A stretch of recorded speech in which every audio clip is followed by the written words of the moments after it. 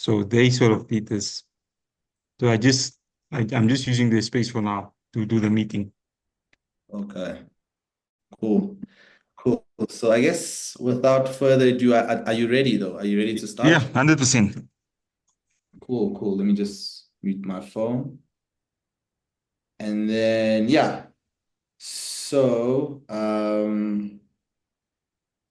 my producer just asked me a question.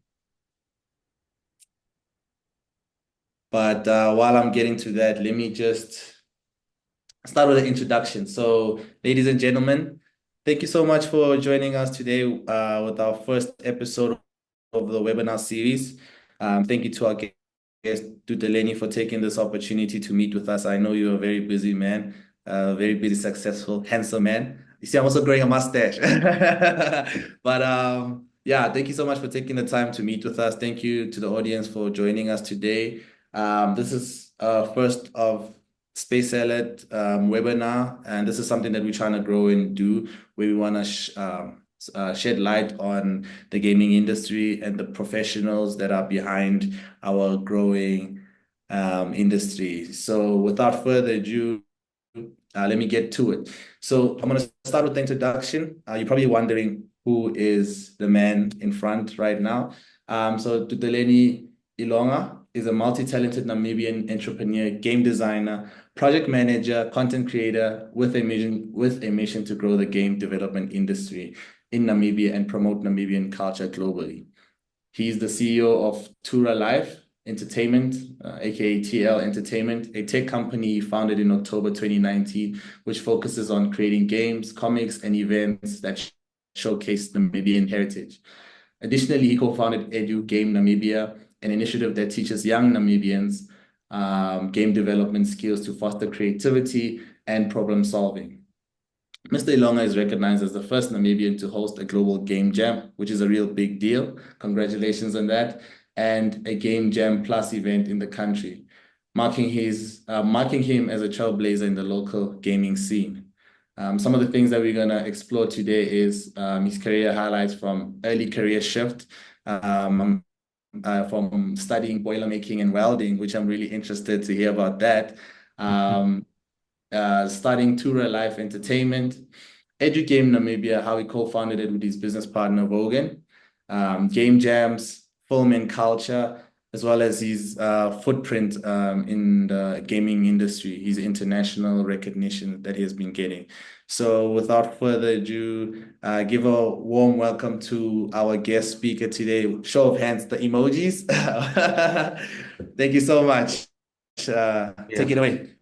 Thank you, Thabo, for the introduction. So, basically, with my journey, it started in terms of business. I think I've always been business minded because I know during high school, we people would always give me money and they would say, "Hey, go get me this at the tuck shop, and then I'll give you like 3 rand or 2 rand or 4 rand for it." So for me, it started there, because if entrepreneurship is not trained at home, um, and you have the drive and passion for it, you're sort of gonna force yourself to do that. So that was like the mini early stuff, So but I never really performed in school because I had ADHD. So me and school, it just didn't work because my attention span was all over the place. So, so as soon as I left high school, I always wanted to study in Pretoria because I once went to Pretoria on a school football trip, and then we ended up having trials with Tuks, where we played against Amatax under 17 team, under 16, under 17 team. And that was probably one of the best matches I've ever heard in terms of football and just everything.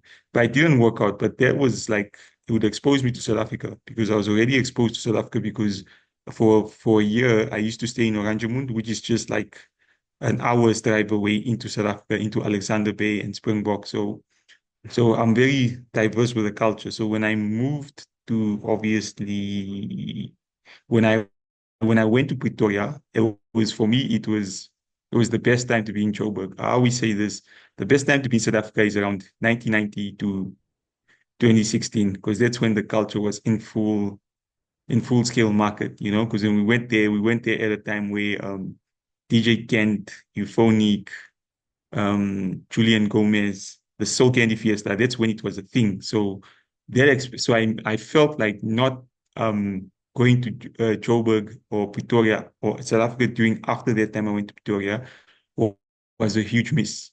So that's where my mindset sort of scaled up because I saw how big South Africa was, but I knew nothing about gaming at the time. So I would go into the whole boiler making and welding because I think the points I had during school they were accepted into that. But then when I went back to high school this time, I not high school, but when I started going the varsity route, I sort of understood how things happened, internship, jobs, everything. So I kept my options open, and then the Good Institute had this thing called into Africa, which I think you guys are familiar with as well. Yeah. So I took part in that. And then I think 6 months later, I traveled to Pretoria. I remember I had to choose between either writing an exam or going to, not Pretoria, but to Ethiopia. And then I was already going to say, I'm going to fight for it. But surprisingly enough, my mom was like, no, you should go to Ethiopia because she just doesn't see a future in the whole going to finishing this course while there are no jobs apart. So after I went to Pretoria and I did the Enter Africa thing, I think maybe a few months later I started TL Entertainment and um after traveling to Ethiopia the following year I would go into project management and then that's when I would get the rights to do Global Game Jam in Namibia and then Game Jam Plus scouted me and then they said, hey, do you want to host this? And then I hosted it and then a partnership was formed there because I ended up going to Brazil. So everything started going pretty well, and then COVID happened. And then I lost opportunities because I was supposed to get my first opportunity during the COVID period, but it just didn't go anyway. So after that, it was sort of a thing of like, let's just create games. And then the three games we created, the first one I remember was like a COVID game where you shoot bazookas. So you can either shoot a sanitizer or you can shoot what's the other thing? Or you can shoot a vaccine to someone so that they can be healed or something. So those were Yeah. one of the early games that I created. And then I ended up creating a music game because I was just really, really, really, really a big fan of music. The music game is called Cassette Roulette, and it's Mm. so all the games I develop were desktop games, but I developed this one because I was just a huge fan of music. So um, I don't know. So we did that because I at some point I also wanted to get into DJing, but there just wasn't time. So maybe it's an avenue that I slowly started getting back into, but I'm definitely merging that with that music game that I worked on. So it was right around then, and then Till Entertainment was operational, and then the Kuta Institute would have something called in partnership with Creative Entrepreneurship Program in Delolo, where that's where the funding for EduGame would come from because I think both me and Bogan took part in that. He obviously had Vision, I had TL Entertainment. I think that ended up funding um, EduGame because we used the money that we got from there to form EduGame. And that's where I met Bogan. So that was 2021, I think. Yeah, because 2022 is when I would come back to South Africa. And this time I would be in Cape Town at Africa Games Week. And then that's when I would run into you guys, but Wandile was the one that I recognized from there when I saw him again in Joburg. So I would run into you guys into that, but it was such a long time ago, Mm. So it was like 2022. So that's where I saw you guys. And that was the first year of EduGame. And then since then, EduGame sort of became the sustainable hub for us because Namibia just wasn't ready for games yet. And it wasn't ready for VR. But now it's sort of ready for VR and all of that. Mm. Wow, man. You've lived I don't even want to expose your age because you mentioned some really dope DJs that were on the come up during your time, But yeah, you live such and I don't think it's the end of your life, but you live such a Hmm. incredible journey, in the gaming industry from pivoting as well. I'm actually curious though, with the welding and boiler making, before your producer tells us that Hmm. you have. presentation to show us. But like going to boiler making and welding, was that your decision or was that influenced by your parents or the industries in Namibia? You know, is that a big thing? Is that because it sounds like it's a safe job and the gaming industry is so volatile, you know? Why would you leave comfort for such an extreme sport, which is gaming? So joining the welding job, obviously, it was the parents. So they were like, you needed to do something because prior to that, I had started my first business. So I was involved in the cocktail business. So when I come Mm. back to Joburg, we're definitely gonna do some cocktails. That was the Nice. first business I had, and it just didn't work. So Oh, I went into the welding and boiler making because I needed to get my parents off my back mm, because we the way we saw the world, we saw it differently because they were raised in an era where when we gained independence, obviously we got our independence in 1990. So it was like you could study and then once you study, you're guaranteed a job. But mm, when the recession happened and technology got very divisive, um, our parents or people in Namibia in general didn't evolve.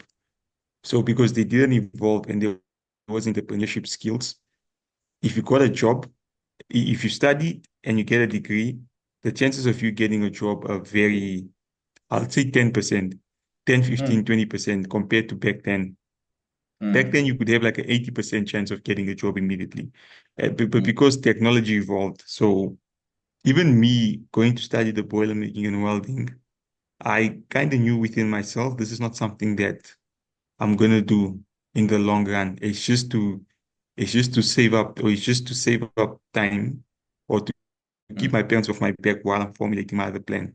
But funny Sure. enough, when I was in boiler making and welding, I used to do SketchUp because I was just very advanced as to how things were working. Because I remember I'd always argue with some of the lecturers there and say, you guys are trying to make people draw with chalks and boards where they can make mistakes instead of just using a software called Blender or SketchUp. But I was using SketchUp at the time and I was like, here's SketchUp. And they would always be like, nah, this guy, you think you know better than us. But 6 years later or 7 years later for my classes, they're trying to implement that in the subjects now. While I was like, you're supposed to do that now. So studying that was literally just it was just to get my parents off my back. But coming back into gaming wasn't a surprise because growing up, I was really, really, really, really a gamer by birth. So I always used to play games no matter what. So so I just didn't know about the creation process. So when I heard about the creation process, it got me more curious. And then from there on, we just went further. So that's when I started understanding that if you're growing up, it sort of depends on what you're exposed to as a kid. If you're For sure. exposed to certain things, you're always going to do that. The reason why I'm such a deep house music fan and I always try and play around with the DJ keys and all of that is largely because um, when I stayed in Oranjemund, I was exposed to SABC 1, 2, and 3. So SABC 3, I knew there was top billing. SABC 2 was more the African stuff like um Save Dilan, I think, if I'm not mistaken. And I think SABC 3 was EC3 as well. But Yeah. SABC 1 was my favorite because on Wednesday at 7 or is it at 6, I would never miss Chiga Machiga. Nice. So that's where I would always watch. And I think on Friday there was, I just forgot the music show, but there was a music show that would play for an hour and it would expose you to South African music. So that Pick was it up. that was really, that was, the culture was already there for me when I saw everything. So I saw, because I saw DJ Cleo before he became DJ Cleo when it was still Puff and Pass and all of that. So because of Yeah. that, I always have a special love letter for South Africa and all of that, especially the music and the culture and all of that. So when I do come back to Joburg, I definitely do want to go to Vilakazi because we didn't get enough time to stay long there. I think we Mm, just drove past, but that culture is sort of the culture that we really love doing because there's a lot of South African culture that's in Namibian culture. So that's why we're so passionate about just working with South African companies as well to see how we can have an exchange program because I do know that there's a lot of South Africans that wouldn't mind coming to push their products in Namibia to just see how it is.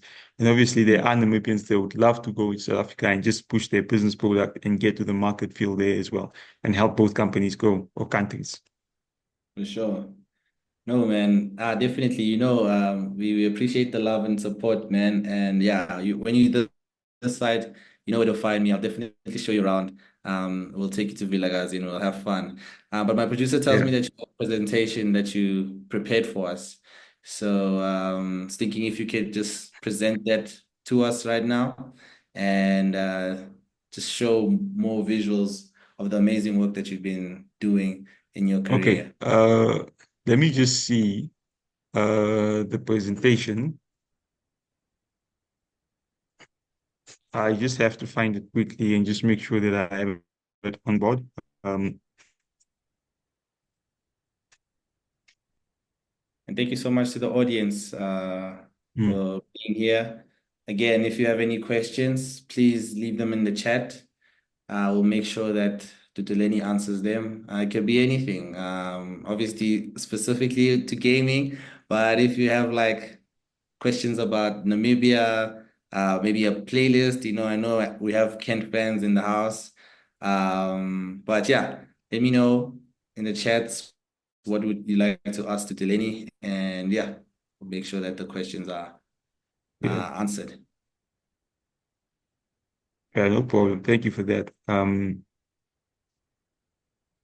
So if I may ask, when are Mhm. you planning on coming? Because I saw you last year in Harvey, Josie. I think that's when we met, and we were Yeah. celebrating first day of Harvey Josie together.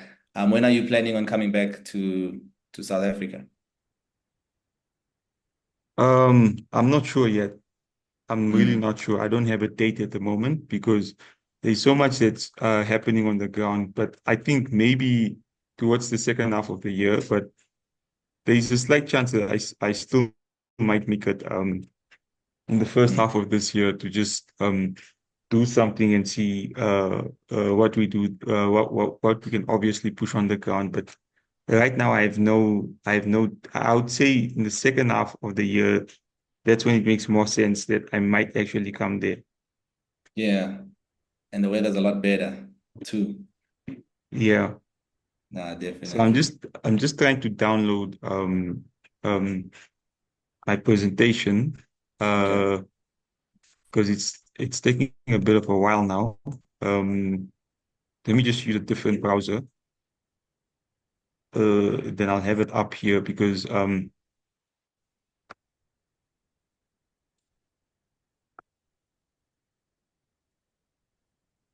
Okay, cool. Now, no problem. You'll just let us know why. Sorry, you'll let us know when your presentation hmm. up and No, it, ready. it should be ready. Okay. So Just I think you should have permission to share your screen as well. yeah. All right. Yeah, I'm really excited to see the presentation, man. I did a lot of research about you before we went into this interview. I wanted to make sure that I Hmm. don't pop anything.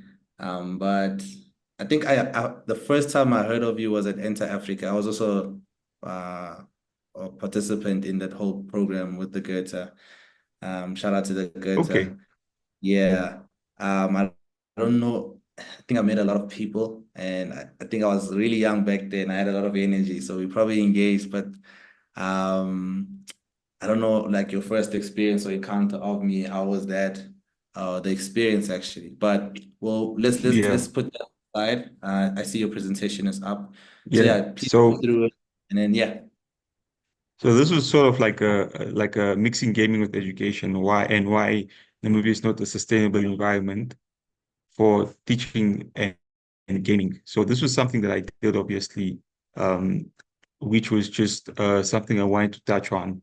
So I'm just going to scroll past these things because these were things that we did in the past because I already introduced this. So this was sort of like, how can gaming be introduced in Namibia? because I Yeah, had to yeah. just retouch this again and find out how we're gonna like redo everything here and how is it gonna work. So one of the best ways was obviously gamifying the education system and investing in mobile games that focus on gamification and also just promote game jams across the country. So those were the three things that we're tackling at the moment because we do have a mobile game that's coming, but then we have started promoting game jams across the country because since last year we've had women's game jam, obviously that's busy, and then we had game jams for the kids as well, and we are having another game jam targeting high school students. And then after that, we're gonna be having a obviously a game jam that will be catered for more adults, just to make sure that gaming is introduced, but it's mainly through gamification. So, and then obviously, you have to focus on the education system, especially with us, because in South Africa, you can have whatever game you want to do. The economy is big enough to do it. I think in Namibia, total number of people is just 3 million. So one of the things we've done so far to gamification is we've established groundwork and we've organized a lot of game jams and hackathons that have helped people as well. And at the moment, we're busy with an incubation program for the women's game jams as well. And then obviously soon we'll be releasing games, mine included as well. And then we do test the games for the students as well. And the workshops that we offer and train people, we've started with that as well. And we'll be scaling up to a lot more of that. So obviously, when it comes to education, you have your traditional teaching methods versus your modern teaching methods. So obviously, I don't believe in erasing teachers because I look at it as like this, and I feel like when teachers look at us, they think we are vigilantes, and then they look at the teachers as the police, the laws. Yeah, So modern teaching methods, it's us that are coming with this supernatural skills, but for I sure. believe in merging the two, traditional and modern teaching methods, because I still think there needs to be a teacher in the classroom, but I also feel like the teacher needs to make use Yeah. Now, I of just things like asked, webinars. Yeah, sorry to interrupt, but I just wanted to ask you for our viewers that are not familiar with the term of gamification, can you give us like a definition or yeah, definition of what gamification is? Because I see you speaking about games and the educational space as well. So how do you merge the two? yeah. So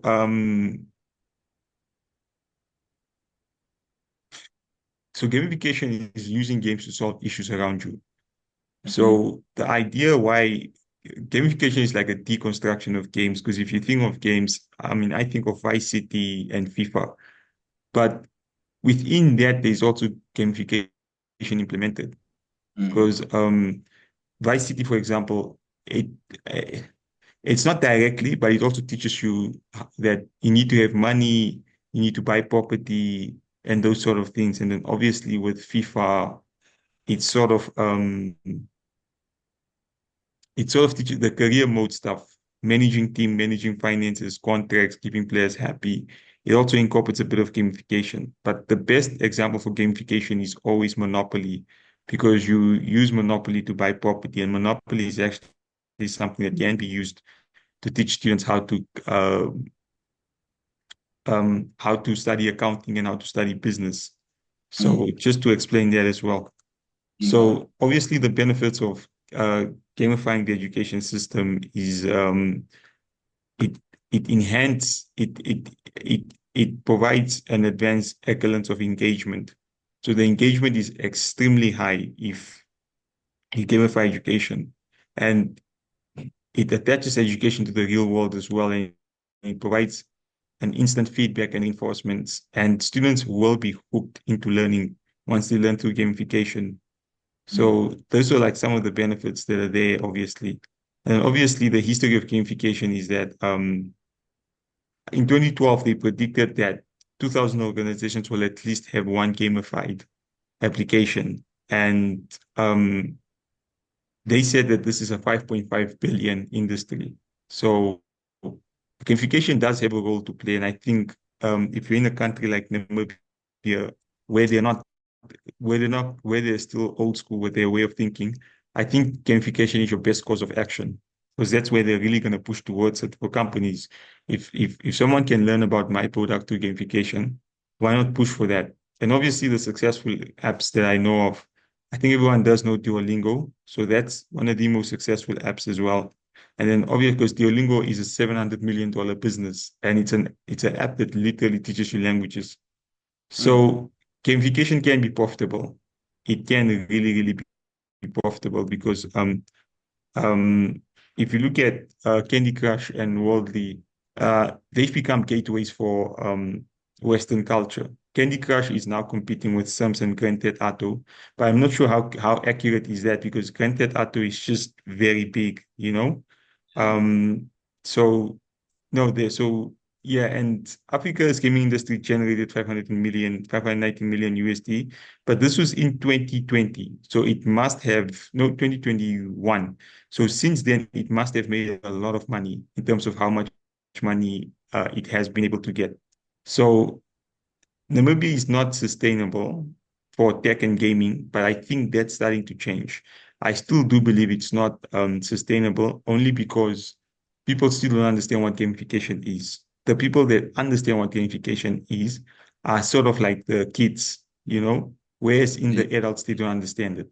So yeah, that was just the presentation that I sort of had for you guys that I wanted to show. Mm.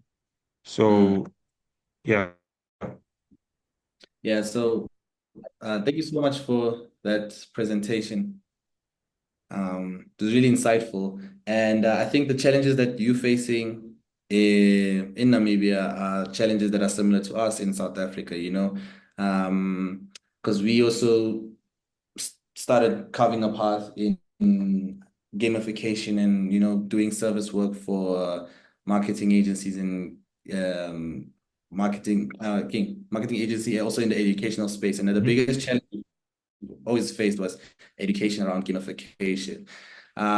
So you mentioned that there's like, because you're working with youth, right? I read that you're working with youth ages 10 to 16, teaching them how to make games. How did you get that opportunity? Because you also mentioned that Namibia is not that, it faces a lot of challenges in the gamification space. How were you able to get that opportunity where you're working with a telecommunications company? You partnered up with them to teach young people about games, and you need essentially growing the industry.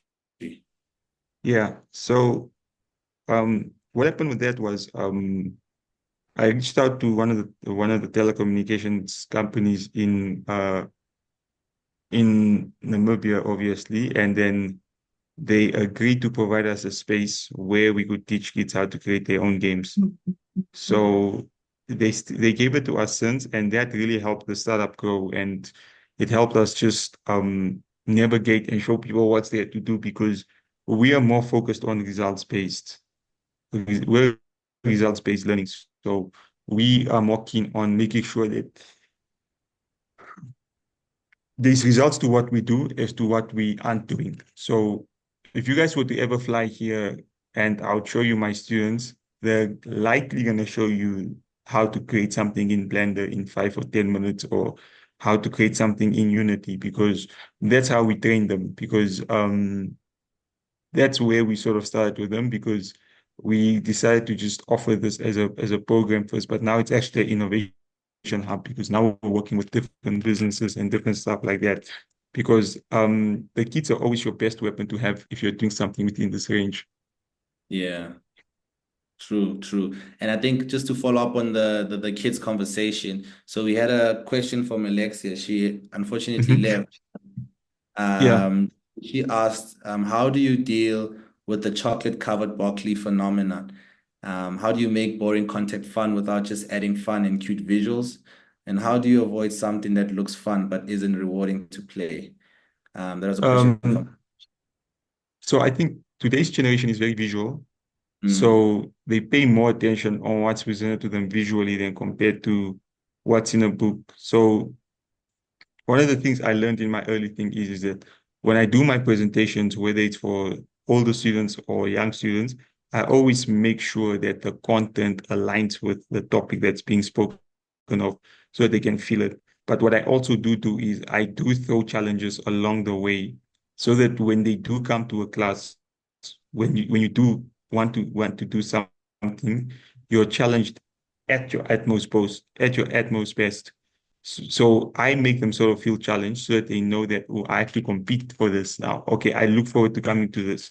So I think it's all about sanitizing creativity in what you're doing and making it challenging for your consumers or customers or whoever, to the point Sure. where they want to come back. And I think you should also ask them what they want to like do, you know? Uh, they should give you feedback as to, is this something they like or is this something they dislike, obviously, For because that's sure. something that helps as well. For sure. No, thank you so much. We almost out of time. I just wanted to close this by saying I realize that there are problems with the server, so we are going to send you guys an email to the Hmm. link to the server, so you guys can follow up with that. And thank you so much, Tutaleni, for coming to us. Please tell us where we can find you on the social media handles. Uh, you guys can find me on LinkedIn, Mhm. uh, Tutaleni Ilonga, and I think all other social media platforms on that name. Because with my name, all the social media handles for the companies and the work we do is there as well. Mm. Yeah. Well, thank you so much, man, for taking the time to share some knowledge with you. I just hope that we had a little bit more time to do it. But like I said, this is our first episode, is our pilot. I'm definitely looking forward to meeting with you again. Hopefully in Namibia, where we have the actual a second interview, because I think you still had a lot more to share with us. So I'm looking forward to that. And thank you to our audience for tuning in. I look forward to hearing from you guys soon, and we have a list of guests as well. So in the survey, please let us know what we can improve on, what would you guys like to know more about, and who would you like to see as the next guest, where we speak about gaming and all things gaming on the African continent and globally. Thank you so much, guys, and I hope you enjoy the rest of your day. Cool. Bye, guys.